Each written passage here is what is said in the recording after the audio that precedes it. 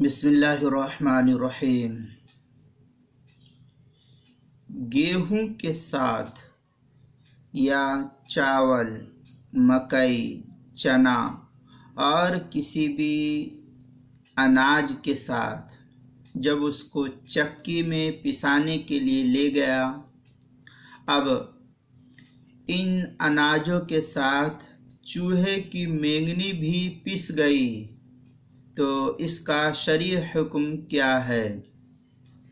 जवाब अगर गेहूं के साथ या जौ, मकई, चना, चावल और भी कोई चीज़ हो, इनके साथ चूहे की 2-4 या एक आध मेंगनी पिस गई, तो इस सूरत में इस आटे को नापाक नहीं कहा जाएगा, ये आटा नापाक नहीं होगा। लेकिन अगर मेंगनी इस कदर ज़्यादा है और इस कदर ज़्यादा मेंगनी इन अनाजों के साथ पिस गई कि अब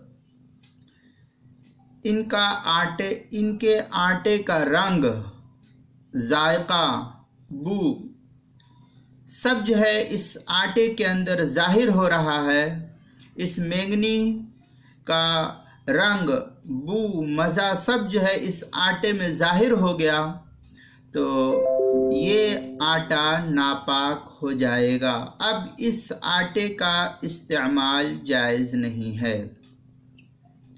शामिया में है वफ़िल कुहस्तानी अनिल मुहीत खरउल फारती ला युफ्सिदु दहन वल हिंता वल अल मतहूनता मालम यतगय्यरु तामुहुमा काला अबुल लैस व बिही नाखुजु।